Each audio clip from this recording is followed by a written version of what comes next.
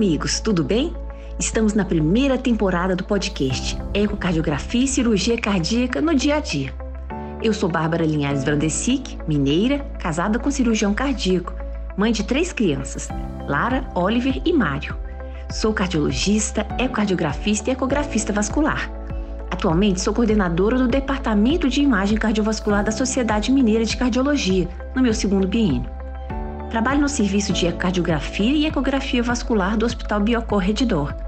E com muito prazer, eu trabalho em ecocardiografia voltada para a cirurgia cardíaca há 15 anos, tanto dentro quanto fora do bloco cirúrgico.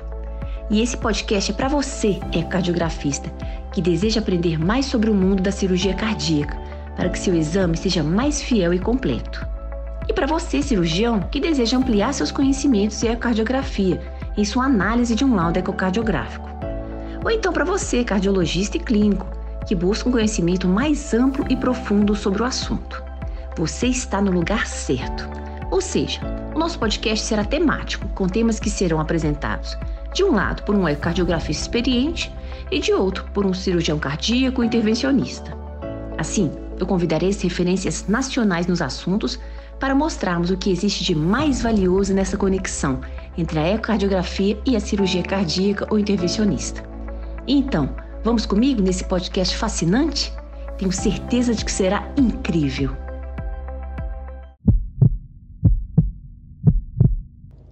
Olá, amigos, tudo bem?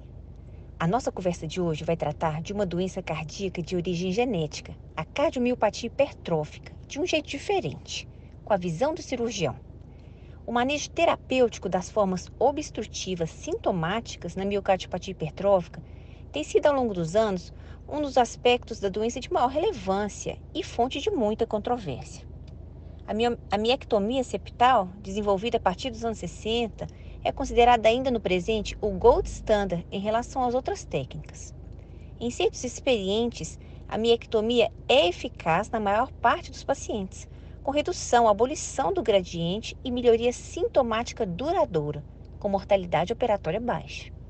E o nosso convidado de hoje é o Dr. Leonardo Ferber, o Léo. Ele é cirurgião cardiovascular do Hospital Biocor e membro especialista da Sociedade Brasileira de Cirurgia Cardiovascular. Léo, muito obrigada pela sua presença, com sua maneira tão prática e didática de nos explicar a cirurgia cardíaca. Dr. Leonardo, na aula anterior, a gente viu como o ecocardiografista descreve a doença hipertrófica, ou seja, as medidas de septo, a válvula mitral, a fração de ejeção, etc. Ou seja, existem inúmeras descrições de medidas na literatura para se caracterizar a miocardiopatia hipertrófica. Mas, na sua opinião, como cirurgião, o que mais importa no laudo ecocardiográfico para a sua decisão cirúrgica? Bom dia, Bárbara. É um prazer fazer parte dessa iniciativa sua tão bacana, tão nobre e tão científica, né? E é uma honra estar aqui com você hoje. Bom, respondendo a sua pergunta objetivamente, o eco ele é indispensável em todo o segmento do pré-operatório, do pé-operatório e do pós-operatório. Ele vai avaliar a morfologia, a espessura septal da válvula mitral e principalmente do aparelho subvalvar. Vai avaliar o SAM, o efeito drag também, que é junto com o Venturi, e também avaliar se a insuficiência mitral ela é só pelo SAM ou se é relacionada com alguma questão estrutural da válvula. Como já foi dito antes, o folheto um pouco mais alongado, a ponta do folheto com uma cordoalha um pouco mais redundante. E uma coisa que acontece frequentemente na hipertrofia, das miocardiopatias hipertróficas, é avaliar que você tem uma inserção anômala do músculo papilar anterolateral. Ou seja, o ventrículo esquerdo é uma bomba perfeita de ejeção. Não tem nenhum músculo inserido no septo. O plano valvar mitral e aórtico é exatamente o mesmo. E a via de saída é livre, mas às vezes pode acontecer que o músculo papilar anterolateral da válvula mitral ele está inserido à ponta no septo, que normalmente nesses casos a gente tem que liberar para ter um bom resultado cirúrgico. Daí a importância do eco, tentando avaliar esse papilar anterolateral e as cordoalhas. O que acontece é que, às vezes, na cirurgia, na indução anestésica, você reduz demais a pós-carga, então você muda um pouco a morfologia do batimento cardíaco. Então, às vezes, a gente tem que usar até isoproterenol e dobutamina para aumentar o inotropismo e aumentar a resistência vascular para simular um gradiente ventricular mais aumentado.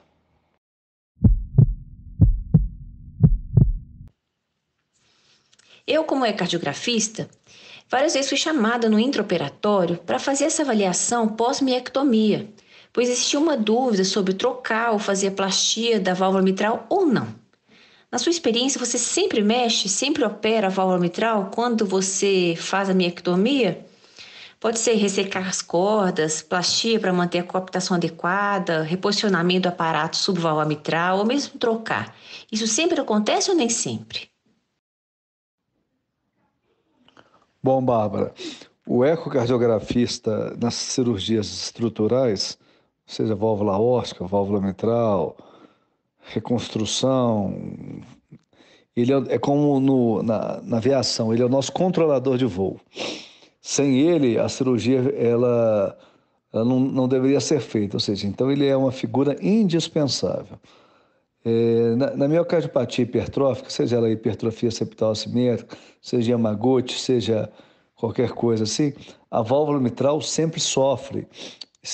E, com o tempo, se ela não tem uma alteração estrutural, ela acaba tendo.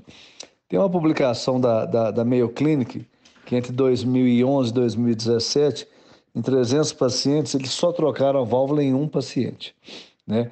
Então, a grande maioria fizeram plastia. Na nossa prática habitual, a gente faz a miectomia, resseca aí de 3 a 18 gramas da via de saída do VE. E quando ela é muito intensa, a gente abre o lado esquerdo, avalia a válvula mitral. Se tiver um folheto alongado, uma corda alongada, a gente reduz a corda, ou a gente faz uma anuloplastia do anel posterior, que o anel posterior mitral ele tem uma função esfincteriana, já entre o trígono esquerdo e o trígono direito da válvula mitral, aquilo é colágeno puro, faz parte do esqueleto fibroso, ele não contrai, então eventualmente a gente faz uma anuloplastia. Mas na nossa prática aqui no hospital, a gente tem um número razoável, a gente acaba fazendo troca de válvula mitral entre 10% e 20% dos pacientes. Que quando você faz a troca mitral, você tira a continuidade do anel mitral com o ventrículo, ou seja, você corta os papilares, tira todo o aparelho subvalvar, tira os folhetos e você abre o ventrículo e aí reduz demais o gradiente intraventricular nas miocardiopatias hipertróficas. Doutor Leonardo, outra dúvida. As alterações intrínsecas da válvula mitral são comuns e incluem um aumento no comprimento e área dos folhetos e uma combinação de fatores complexos como tração e tensão anormais dos folhetos que podem ou não propiciar o aparecimento do SAM na miocardiopatia hipertrófica. Você, como cirurgião, como você gostaria da descrição da válvula mitral no laudo ecocardiográfico na presença do SAM? Existe alguma medida específica da válvula, algum detalhe a mais que o eco pode fornecer para ajudar o cirurgião? Normalmente, os ecos que a gente trabalha, que são feitos por vocês no Biocor, são muito bem, com uma visão uma lente cirúrgica, né? Vocês têm um foco muito cirúrgico, ou seja, é um sistema muito amadurecido, né? O hospital tem 35 anos de cirurgia cardíaca, né? Então, normalmente, vocês já sabem qual que é a nossa demanda, onde que é o nosso calcanhar de Aquiles da cirurgia. O que chama atenção às vezes no eco, às vezes o paciente está desidratado, né? Às vezes tem que dar uma hidratada, como eu já disse antes, às vezes tem que aumentar a resistência vascular periférica, tem que aumentar o inotropismo, seja com isoproterenol ou eventualmente até com noradrenalina, aumentar o inotropismo com dobutamina. Esse conhecimento também transpôs, como você já sabe, né, Bárbara, para as TAVs, né, os ventrículos suicidas, né? Ou seja, a gente sabe que, eventualmente, na TAV, o septo também vai fechar a via de saída se o paciente estiver desidratado, se ele tiver com uma disfunção cardíaca diastólica muito intensa, mas normalmente os ecos são muito claros, né? É mostrando o anel valvar mitral, o aparelho subvalvar, se tem ventures, se tem drag, se tem SAM, se tem a inserção anômala, como eu já disse aqui antes, do músculo papilar anterolateral, se ele remodelou demais negativamente, enfim. Isso aí vocês normalmente já, habitualmente, vocês já nos nutrem com essa informação.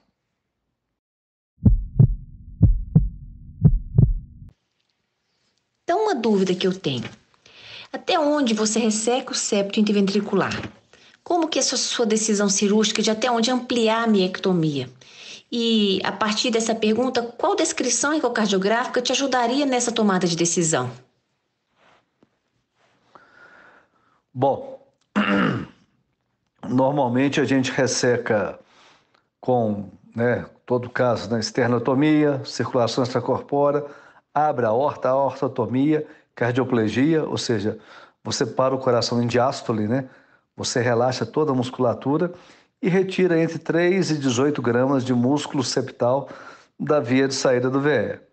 A gente resseca até a base dos músculos papilares, que às vezes é difícil. Existe até uma técnica em que você abre o ato esquerdo, abre completamente o folheto anterior mitral, que aí você consegue ver melhor a via de saída do VE e pode continuar ressecando até a base do músculo papilar, ok? A gente tenta realinhar o músculo papilar anterolateral, que ele fica, quando ele está mais deslocado para o ápice, né, do ventrículo esquerdo, eliminando assim um efeito Venturi, reduz o gradiente da via de saída do VE, amplia, consequentemente, a via de saída do VE e reduz a regurgitação mitral. O eco, nesse momento que a gente está fazendo a ressecção, ele não ajuda, porque o coração está parado, a gente está em extracorpórea, o paciente está com cardioplegia recém-efetuada, mas rapidamente a gente reaquece, refaz tudo, desclampa a aorta e o coração volta a bater. Nesses primeiros 5, 10 minutos o coração está batendo, até ele restabelecer o metabolismo do cardiomiócito, e às vezes o gradiente fica até mais aumentado, mas depois de 10, 15 minutos a gente sai de SEC, aí o eco de novo entra, mostrando a redução do gradiente e a função da válvula mitral e se tem alguma complicação da miectomia. As complicações são raras, mas elas existem, né? Você pode ter CIV em 2% dos pacientes que têm um septo menos hipertrofiado. Você tem uma mortalidade operatória muito baixa, né? Entre praticamente 0%, mas pode acontecer uma mortalidade entre 0% e 1%. Tem a publicação da Mayo Clinic que mostra mortalidade de 1%. E o BAVT, a gente tem até 0,6%. O BAVT, a gente vai ver, vai normalmente com estímulo do ventrículo direito, funciona como um BRE, aí você vai ter até uma dissincronia do septo, melhorando, até caindo, né, reduzindo o gradiente da via de saída.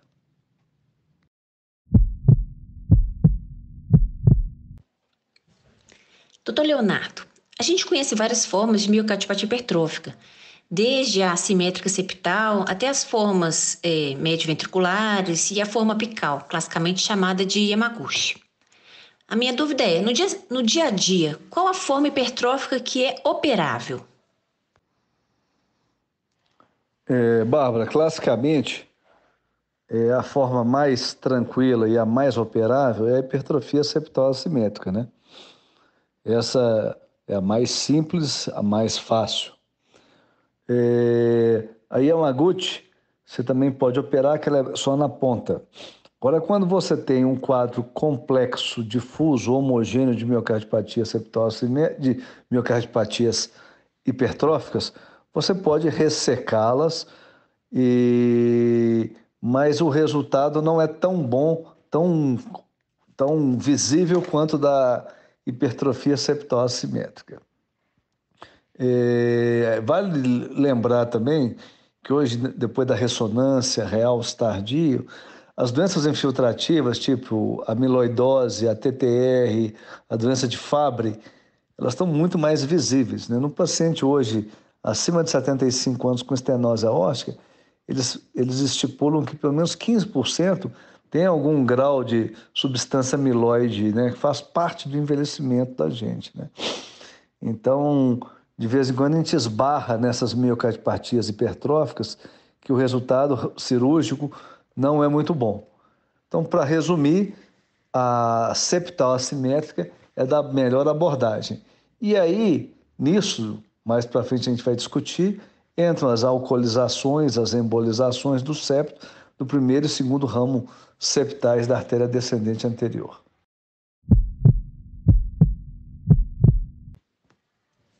E a minha última dúvida é sobre a nossa avaliação pós-operatória. Quais as complicações mais comuns que devemos avaliar ao ecocardiograma? As complicações são raras, como eu já tinha dito aqui antes, né? O CIV, a casuística maior de 2% naqueles pacientes em que o septo não é tão hipertrofiado, BAVT 0,6%, né? E a mortalidade como um todo é muito baixa.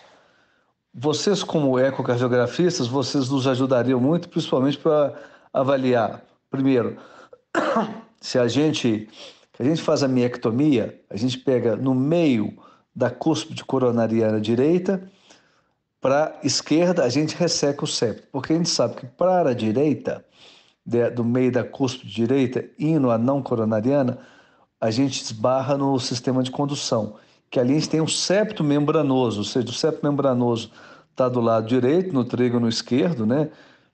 Tricúspide, mitral e válvula aórtica, e ali, eventualmente, o cirurgião, às vezes, distraiu, ele pode até lesar o septo membranoso e dar um CIV de cara, não sendo um CIV muscular, igual esses 2% são musculares, mas você pode fazer um CIV membranoso inadvertidamente.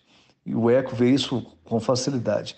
A outra coisa, às vezes o cirurgião pode, que ele começa a ressecar a musculatura do septo, ele pega o nadir da válvula aórtica direita, ou seja, a boceladura. Às vezes ele pode, sem querer, lesar, danificar a válvula aórtica direita. Então, aquilo pode dar uma insuficiência aórtica pontual, aquele jato fininho. O ecocardiografista vai falar, você volta em SEC e resolve, faz uma rafia, enfim, tem várias técnicas para isso. Muito relevante também é a questão da válvula mitral. A nossa querida válvula mitral, que ela sofre demais com as miocardiopatias hipertróficas, né? Então tem que ver se realmente a plastia mitral ficou boa, se foi feita plastia mitral, qual técnica que foi feita, se diminuiu corda, se diminuiu folheto, se fez alfiere, que é aquele edge-to-edge, que é o mesmo mecanismo que usa no Mitra Clip, né? O Mitra Clip ele vai pegar um folheto anterior com posterior e dar uma clipada, que é o edge-to-edge, preconizado pelo Dr. Alfieri há uns 20 anos atrás.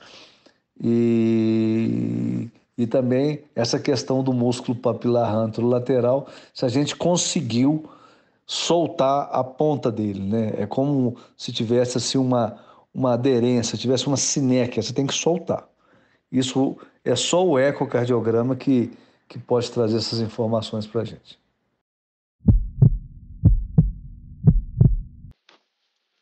Dr. Leonardo Feber, muito obrigada pela sua participação tão incrível e cheia de experiências.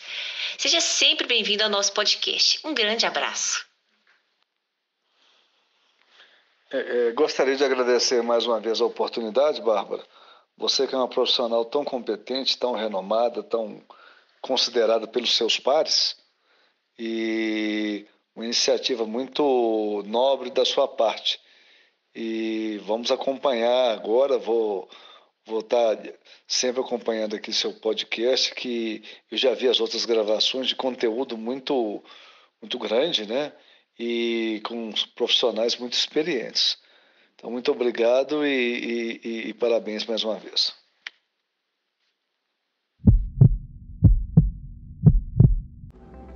E obrigada a todos pela companhia, pelos conhecimentos que nós adquirimos semanalmente por aqui, pela dedicação de cada um em fazer esse podcast ainda melhor a cada episódio. Na semana que vem teremos um novo assunto, pois o nosso objetivo aqui, nesse podcast, é a nossa união. Eco e cirurgia e intervenção cardíacas, juntos para um objetivo comum, um resultado final de excelência para o nosso paciente. Muito obrigada e até semana que vem.